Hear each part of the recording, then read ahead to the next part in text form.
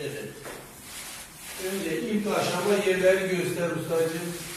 Yerleri biz böyle seriyoruz. Süpürgeliklerin sıfırından bandımızı çekiyoruz.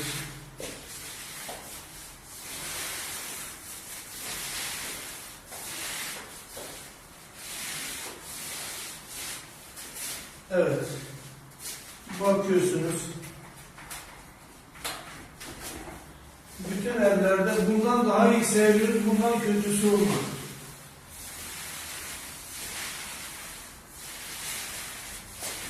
En ufak bir yere dökme olayı falan hatayı aza indirgemek için bunları hepsini yapıyoruz.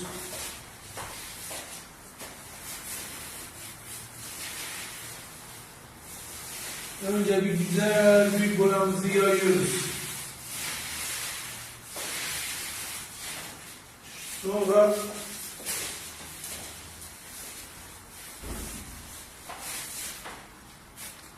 Sonra tarama aşamasına geçiyorsun. tamam, aynen öyle. Sonra boş üstünden böyle güzelce bir tarıyoruz. Bulan üstünde boya köpüklerini bırakmıyoruz.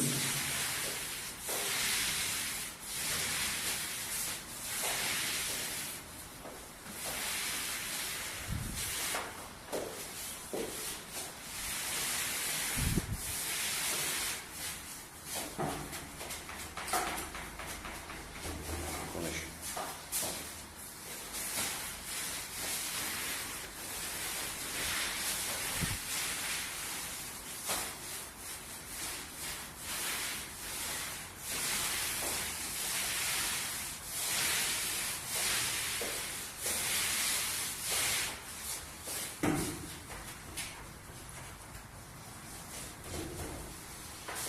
Evet.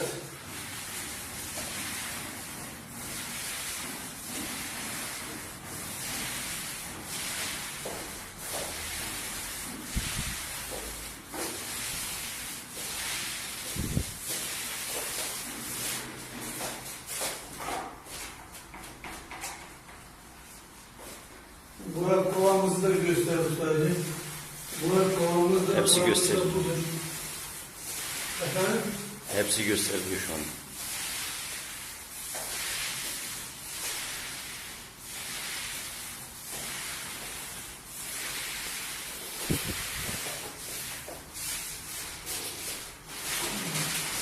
Kalitesiz boya kesinlikle kullanmıyoruz.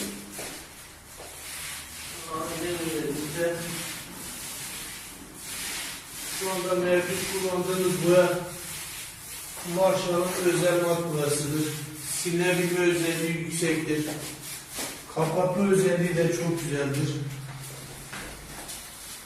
İsteğe göre müşterilerimizin isteğine göre boya markalarını ve boya renklerini de istedikleri renkte alıyoruz, yapıyoruz, yaptırıyoruz. Devamlı bizim için önemli olan müşterinin memnun olmasıdır.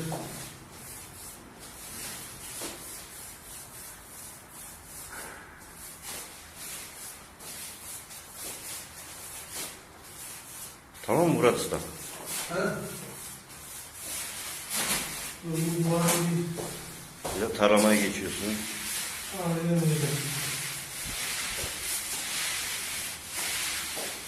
Böyle sonunda bu tarama işlemi de en az bir kat daha dolanmış gibi geçerlidir. Çünkü bu boyayı duvara yedirmektir. Aynen.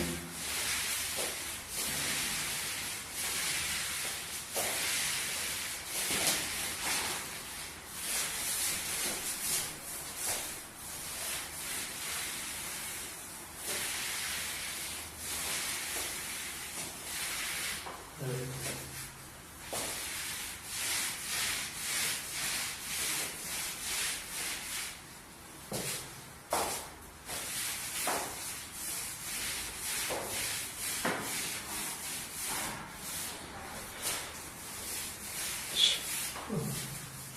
Tamamdır.